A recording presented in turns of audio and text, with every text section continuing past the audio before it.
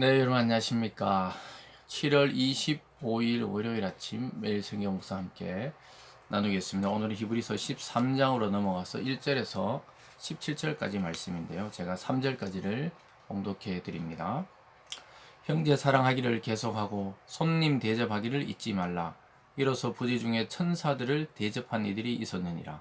너희도 함께 갇힌 것 같이 갇힌 자를 생각하고 너희도 몸을 가졌은즉 학대받는 자를 생각하라. 아멘. 오늘 본문 전체를 통해 하나님이 기뻐하는 제사, 하나님이 기뻐하는 예배라는 제목으로 말씀을 증거하겠습니다. 신약은 우리가 함께 모여 공동체로 예배드리는 그런 예배의 시간이 있고, 구약에는 하나님의 율법을 따라 짐승과 또는 곡식을 가지고 제사를 드렸습니다. 그래서 제사와 이 우리가 지금 드리는 예배, 이 용어는 다르지만 실제로 하나님을 경배하는 그러한 근본에 있어서는 같다고 할 수 있겠습니다. 그래서 히브리서 저자는 구약의 제사를 통해 신약에 우리가 드리는 산 제사인 예배, 또 삶의 예배, 또 공동체 예배, 이런 것들을 어떻게 살아내야 되는지를 잘 보여주고 있는 것입니다. 그래서 이것은 믿음과 또 사랑에 대한 실천편이라고 보면 되겠습니다. 13장으로 히브리서가 마무리되면서 이 13장에서는 우리가 그러면은 그 앞에서 믿음의 선진들을 쭉 이야기했는데, 우리가 그러면 어떻게 살아가는 것이 믿음의 삶인지, 삶의 실천에 있어서 보여주고 있다고 할 수가 있겠습니다. 그것은 첫 번째로는 사랑과 순결과 자족의 삶을 살라고 이야기하고 있습니다. 이 사랑에 대해서 1절에 형제 사랑하기를 계속하고 손님 대접하기를 잊지 말고, 또 갇힌 자를 생각하고, 그 당시에 신앙 때문에 갇힌 자, 옥에 있는 자들을 잘 돌봐주라. 그리고 몸을 가졌은데 학대받는 자, 고통과 학대받는 자를 생각하라고 이야기하고 있습니다. 그래서 형제 사랑하기를 어떻게 해요? 지속적으로 한번 돕기로 마음먹었으면 끝까지 도와주라고 이야기하고 있습니다. 그리고 손님 대접하기를 잊지 말라. 그 구약의 많은 사람들이 손님인 줄 알고 잘 대접했는데 알고 보니까 하나님의 천사를 대접했다, 이렇게 말하고 있습니다. 우리 주님께서도 이 땅에 오셔서 지나가는 소자에게 또 나그네에게 냉수 한 잔 주는 것도 예수님 자신에게 주는 것과 같다, 이렇게 이야기를 하셨죠. 그래서 그 가운데서 사랑을 베풀라고 이야기하고 있습니다. 왜냐하면 이스라엘 백성이 자기들이 이방 땅에서 400년 동안 종살이하고 또 나그네로 살아봤기 때문에 나그네를 잘 대접하라고 이야기하고 있었던 것이죠. 그리고 사랑과 또 그것에 대해 말하고, 또 자족하고 또 순결하라고 말합니다. 4절에 보면 모든 사람은 결혼을 귀히 여기고 침소를 더럽히지 않게 하라. 음행하는 자들과 간음하는 자들을 하나님이 심판하시리라. 모든 사람은 결혼을 귀히 여기라고 이야기하고 있습니다. 이런 결혼관계, 하나님 맺어진 그 인연이죠. 그것을 아주 소중히 여기고 침소를 더럽히지 말라. 그 뒤에 따라 나오듯이 어떤 행위로 더럽힙니까? 행음을 하게 되고 간음을 하게 되고, 이런 것들은 이 부부간의 신뢰를 깨게 되고 가정을 파탄시키고 이런 근본이 되기 때문에 하나님이 심판하신다는 것이죠. 그래서 그것에 대해서 주의를 하면서 결혼의 순결을 이야기하고 있고, 또 5절에 뭐 돈을 사랑하지 말고 있는 바를 족한 줄로 알라, 이렇게 말하고 있습니다. 하나님이 주시는 대로 족한 줄 알라는 거죠. 그리고 자기의 어떤 경제적 수준 안에서 생활하라는 거죠. 막 빚을 내고 또 남에게 빌려서 막 무리하게 그렇게 살아가지 말고 자족하라고 이야기하고 있습니다. 그러므로 6절에 그러므로 우리가 담대히 말하되 주는 나를 돕는 이시니 내가 무서워하지 아니하겠노라. 사람이 내게 어찌하리요 하노라. 하나님이 우리를 돕고 주님께서도 공중 나는 새와 들에 핀 백합화를 봐라. 저들도 입히고 먹이시는데 하물며 하나님의 자녀인 너희일까 보냐. 믿음이 없는 자들아, 이렇게 말했습니다. 이런 믿음을 가지고 우리에게 주신 것에 대해서, 이것은 성실히 사는 것과는 별개입니다. 성실히 살아도 때로는 여러 가지 경제적인 궁핍이나 어려움을 당할 수도 있죠. 그러나 그럴지라도 자족하라고 이야기하고 있습니다. 즉 가진 것에 만족하면 그것이 진정한 부자라는 것이죠. 이것이 실천편의 세 가지 사랑, 순결, 자족으로 나오고 있고요. 계속해서 충성과 담대함으로 살아가라고 이야기하고 있습니다. 7절에 보면 하나님의 말씀을 너희에게 일러주고 너희를 인도하던 자들을 생각하며 그들의 행실의 결말을 주의하여 보고 그들의 믿음을 본받으라. 즉 말씀을 가리키고 또 인도하고 전도했던 그 믿음의 지도자들을 보라는 거예요. 그들이 살고 늙고 죽어서 어떻게 되었는가? 그 하나님의 영광스러움에 들어가게 되었다는 그 사실, 그 결말을 잘 살펴보라고 이야기하고 있습니다. 그러면서 8절에 예수 그리스도는 어제나 오늘이나 영원토록 동일하시니라. 즉 과거에 그러했다면 지금도 우리가 그 모습으로 살아갈 때 그분들과 똑같은 영광을 누리고 또 믿음 안에 살아가는 축복을 받게 된다는 것이죠. 그래서 하나님은 어제나 오늘이나 영원토록 동일하시다. 변함없는 하나님이시죠. 옛날에는 이렇게 했고 지금은 이렇게 하는 그런 변덕스러운 하나님이 아니라는 것이죠.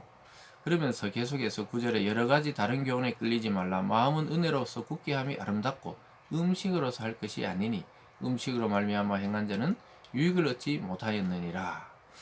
다른 교훈에 이끌리지 말라. 그러니까 복음 이외에 비복음적인 요소들을 가진 그런 교훈들을 따라가지 말라는 것이죠. 그래서 먹는 것을 탐하다가 장자의 권한을 뺏긴 사람이 있었죠. 그것이 바로 야곱의 형 에서였습니다. 그런 것 같이 우리가 이 먹는 걸로 통치하고 있지만 사실 세상 것에 집착할 때 하나님의 것을 놓칠 수 있다는 것을 보여주고 있습니다. 계속해서 12절에 보면 그러므로 예수도 자기 피로서 백성을 거룩하게 하려고 성문 밖에서 고난을 받았다.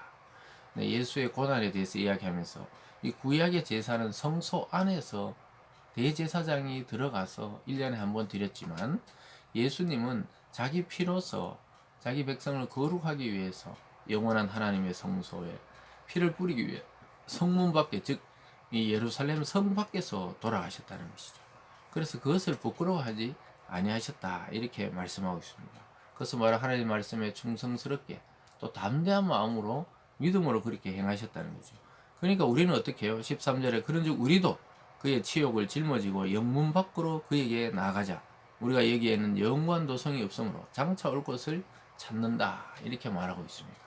이게 무슨 말이냐면은 우리도 예수의 그 치욕, 성문 밖에서 버려지는 것처럼 십자가에 돌아가셨던 예수님, 그처럼 우리도 영문 밖으로 나가자는 거예요. 이 세상에 잘 흡수되지 못하고 또 이 세상에 그리스도 믿는 자를 배척할지라도 우리는 믿음을 가지고 담대히 나가자 이렇게 말하고 있습니다. 왜냐하면 이 땅에서 무슨 그 성 안에 있다고 영구한 도성이 아니라는 것을 보여주고 있고 장차 올 것을 우리는 찾는다. 장차 올 것은 하나님의 나라, 새 하늘과 새 땅과 새 예루살렘 성, 영원한 그 성 안으로 들어가기 위해 지금 이 땅의 성들 밖으로 내침을 당하는 것을 부끄러워하지 말고 담대하고 충성스럽게 나가라고 이야기하고 있습니다. 오늘 마지막 세 번째로 삶으로 예배를 드리고 또 자기들이 앞에 세운 지도자에게 순종하라고 당부하고 있는 것을 보게 됩니다. 15절에 보면요. 그러므로 우리는 예수로 말미암아 항상 찬송의 제사를 하나님께 드리자. 이는 그의 이름을 증언하는 입술의 열매니라. 예수님을 통해 하나님께 나가고 찬양하고 입술의 열매를 통해 하나님께 영광을 드리자. 이렇게 말하는 것이죠. 항상 찬송의 제사를 드리자. 그러면서 그뿐만 아니라 삶에 있어서도 16절에 보면 오직 선을 행함과 서로 나누어 주기를 잊지 말라. 하나님은 이 같은 제사를 기뻐하느니라 이렇게 말합니다. 선을 행하는 것이죠. 믿음은 행함과 같이 붙어 있는 것이죠. 선을 행하고 서로 부족한 자들에게 나누어 주고 이런 것을 잊지 말래요. 그것이 바로 하나님이 기뻐하는 산제사라고 말씀하고 있습니다. 그래서 우리의 믿음은 행동하고 또 사랑을 실천하는 믿음으로 나아갈 수가 있어야 하는 것이죠. 그것이 성숙된 성도의 모습이라고 할 수 있겠습니다. 그리고 계속해서 지도자에게는 순종으로 본을 보이라고 이야기하고 있습니다. 17절은 너희를 인도하는 자들에게 순종하고 복종하라. 그들은 너희 영혼을 위하여 경성하기를 자신들이 청산할 자인과 같이 하느니라. 그들로 하여금 즐거움으로 이것을 하게 하고 근심으로 하게 하지 말라. 그렇지 않으면 너희에게 유익이 없느니라. 그러니까 하나님의 말씀을 증거하고 또 선교하고 이러한 말씀의 지도자들을 존중하라는 것이죠. 이것은 그들의 이 가치를 인정하라는 것이고 또한 하나님이 세웠다는 것을 말씀하고 있습니다. 순종하고 복종까지 하라고 이야기하고 있습니다. 왜냐하면 그 사람들은 그 성도들의 영혼을 위해서 정말 자기의 목숨을 다해서 자기가 나중에 심판받을 자처럼 기도하고 또 인내하고 그들을 위하고 그렇기 때문에 즐거움으로 이것을 할 수 있도록 적극적으로 말씀 사역을 하도록 서포트 해주라. 그래서 근심하지 말게 하라는 거죠. 만약에 억지로 근심하게 인간적인 생각으로 그렇게 대한다면 유익이 없다는 것, 즉 복을 받지 못한다는 것입니다. 그래서 우리가 예전에 그 믿음의 선배들은 목사님께 잘하는 것이 하나님께 복 받는 것이다.